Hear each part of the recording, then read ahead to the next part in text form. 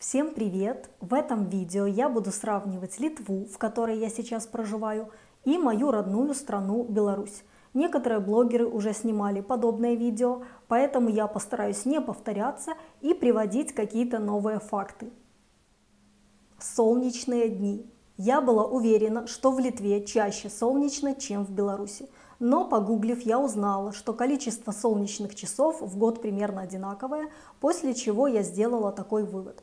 Часов может быть и одинаково, но вот дней нет. Такое ощущение, что в Беларуси если солнечно, то весь день, если пасмурно, то весь день. В Литве же может быть солнечно всего пару часов в день, но зато почти каждый день, поэтому кажется, что солнца здесь больше. И мне это очень нравится, жить как-то веселее. Меня впечатляет, что в Вильнюсе, а это большой город, столица, можно купаться в водоемах. В Беларуси в реках и озерах Минска и недалеко от него лучше не купаться, а бывает и такое, что купаться запрещено. В Минском море также часто, начиная с конца июля, уже лучше не плавать, можно чем-нибудь заразиться. Это печально, но факт. В Литве огромное количество кормушек и скворечников для птиц, намного больше, чем в Беларуси. Здесь подкармливают животных не только сердобольные бабушки, как в моей стране, но и молодые женщины. Многие жители Литвы держат дома собак. Литовцы любят животных и хорошо о них заботятся. В Литве есть многоэтажные дома с незастекленными балконами на первом этаже. Это красиво, но очень странно. Сразу напрашивается вопрос: здесь что, нет воровства? У нас в Беларуси, на минуточку, везде решетки на окнах и балконах на первом этаже. Еще меня удивляет, что в Литве практически каждый месяц отмечают какой-то праздник. В Беларуси много праздничных дней в мае, но потом только День независимости 3 июля и затишье до ноября. Вообще, если сравнивать с другими странами, в Беларуси очень мало нерабочих праздничных дней. В настоящее время их 9. В интернете я нашла вот такую таблицу, из которой видно, что в европейских странах больше всего нерабочих праздничных дней в Словакии, в России 13, а меньше всего в Нидерландах. В Литве много солнечных панелей. В Беларуси я их практически нигде не видела, хотя, как я вам сказала, если верить интернету, то солнечных часов в Беларуси и Литве примерно одинаково. С другой стороны, у нас дешевый российский газ, поэтому, наверное, нет сильной необходимости в солнечных панелях. В Литве много сосен и елок, в городах разных еловых кустов, в Беларуси все больше клумбы с цветами, обычные кусты и деревья. Также в Литве часто туи устанавливают в дополнение к забору. Для белорусов туи слишком дорогие, поэтому эти деревья можно увидеть в основном на дачах и на участках загородных домов, но не в самих городах. В Литве меньше бюрократии, чем в Беларуси, многие вопросы можно решить через интернет или по телефону. В Беларуси даже в эпидемию коронавируса нужно было приходить в госорганизацию лично. Например, для людей, которые в Беларуси официально не трудоустроены, коммунальные услуги теперь стоят дороже. Вообще все начиналось с закона о тунеядцах.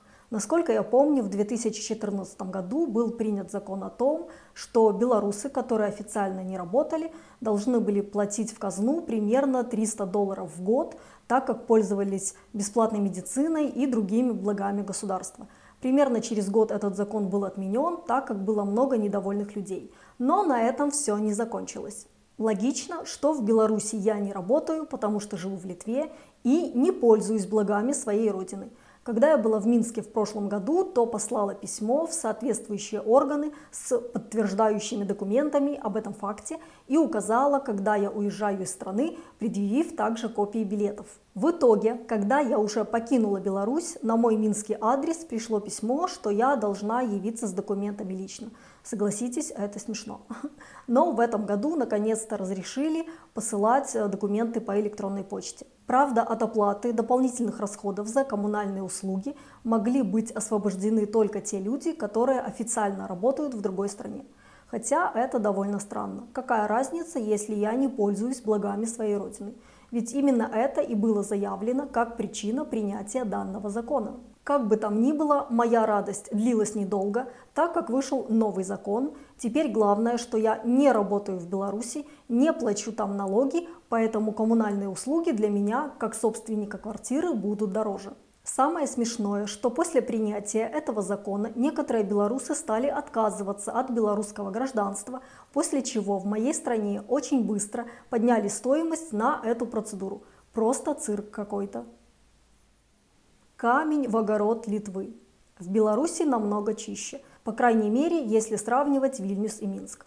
У нас есть дворники, которые постоянно и тщательно убирают свои территории, и мне это очень нравится. В Литве же, как мне кажется, люди в основном сами убирают территории возле своих домов, но делают это довольно редко, из-за чего зачастую в Вильнюсе можно видеть много мусора в лесу, возле дорог и подъездов.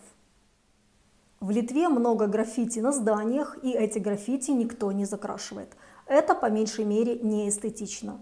В Беларуси граффити всегда закрашивают, но, к сожалению, зачастую выглядит это настолько ужасно, что, кажется, лучше бы оставили все как есть. Тем более, что через какое-то время эти граффити появляются снова на тех же местах.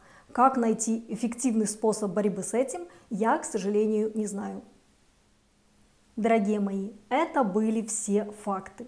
Уверена, что некоторые люди в комментариях к этому видео будут писать, что вот, я уехала из Беларуси и теперь плохо отзываюсь о своей стране, но я рассказываю о наболевшем, и мне не все равно, что там происходит. Я стараюсь не говорить о своей родине плохое, там много хорошего, но есть к чему стремиться. Впрочем, как практически в любой стране.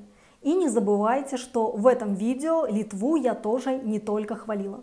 Спасибо за внимание, до встречи в следующих видео.